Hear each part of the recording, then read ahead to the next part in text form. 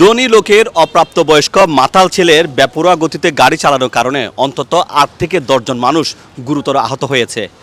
ধনীর ছেলে বাবাকে না জানিয়ে তার গার্লফ্রেন্ডকে নিয়ে এই গাড়ি নিয়ে চলে গিয়েছিল ফটিকছড়ি থানায় ১৭ আগস্ট রাতে।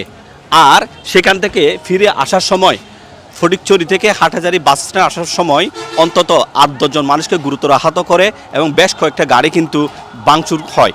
এদিকে যেমনটা দেখতে পাচ্ছেন উত্তেজিত জনতা ১৮ আগস্ট মঙ্গলবার ঠিক দুপুরের আগে হাটহাজারী বাস স্ট্যান্ড ত্রিবেণী মোড় এলাকায় যখন এই গাড়িকে আটক করে তখন উত্তেজিত জনতা ব্যাপক ভাঙচুর করে। পরিস্থিতি বেগতিক দেখে ধনীর সে ১৮ বছর বয়সী ছেলে বা তার কম বয়সী ছেলে পালিয়ে যায়। আর গাড়িতে ছিল ১৮ বছর বয়সী বা তার কম সেই ধনীর মাতাল ছেলের মাতাল বান্ধবী। অর্থাৎ এই ছেলে মেয়ে উভয়জনে নাকি মাদকাসক্ত ছিল বা তারা মাদক সেবন করেছিল।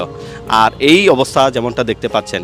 এদিকে উত্তেজিত জনতা যারা গাড়ি ভাঙচুর করেছে ঘটনার কারণ জানানোর জন্য পুলিশ তাদেরকে তাদের হেফাজতে নিয়ে গেছে।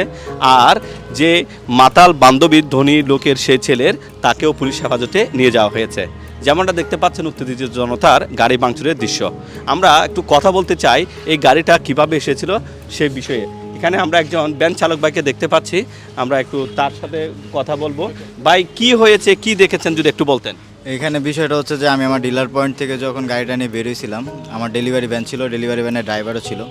তখন আমি ডেলিভারি দিতে যাচ্ছিলাম ইসাপুর। তখন এই গাড়িটা বেপরোয়া গতিতে আসার কারণে আমার ডেলিভারি ভ্যানের যে ড্রাইভার ছিল ও এক সাইডে ব্রেক করছে। ব্রেক করার পরে ও কী করছে, একদম এত স্পিডে আসছে, ব্রেক না করতে পারে আমার গাড়ির একটা সাইডে লাগাইছে।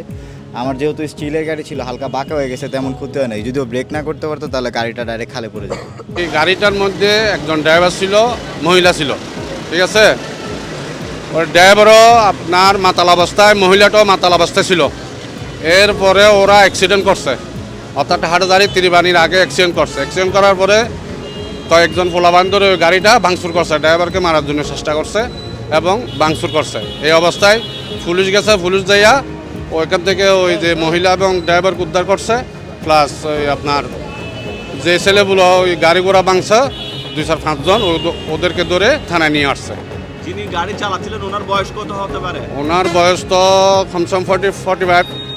আর যে মহিলা এখানে আছে, মহিলা যেখানে আছে ওইটা হচ্ছে 30। হ্যাঁ, ওইটা আসল ভিতরে আসতো, মহিলা মাতাল অবস্থায় আসো। উনি এখনো মাতাল অবস্থায় আছে এখানে থানায়, ঠিক আছে।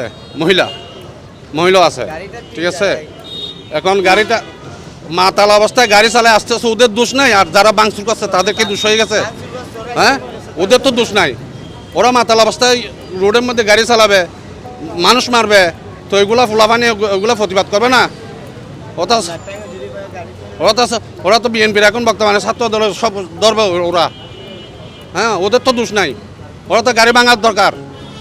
মাতাল অবস্থায় আপনারা গাড়ি চালাবেন, মাতাল অবস্থায় মহিলা মাতাল অবস্থায় থাকবে, তাহলে ওইখানেও ধরবে না। বিএনপির ফুলাফানি ধরছে আর কি, কেন ওদের দোষ কি? পুলিশে ওদেরকে নিয়ে এখানে হাজতে ঢুকে ফেলছে। যে ঘটনাটা ঘটছে তো ত্রিবেণীর সামনে হাটহাজারী বাজারে। না, অন্য কোনো গাড়িতে আঘাত করে না। ওরা চাইছিল যে ওর ড্রাইভারকে মারার জন্য। ড্রাইভারকে যখন ওখানে তো অনেক লোকজন হয়ে গেছে, কেউ ড্রাইভারে বাঁচাচ্ছে, এরপরে ফোলাফানি করছে, গাড়ি ঘোড়া ভাঙছে আর কি।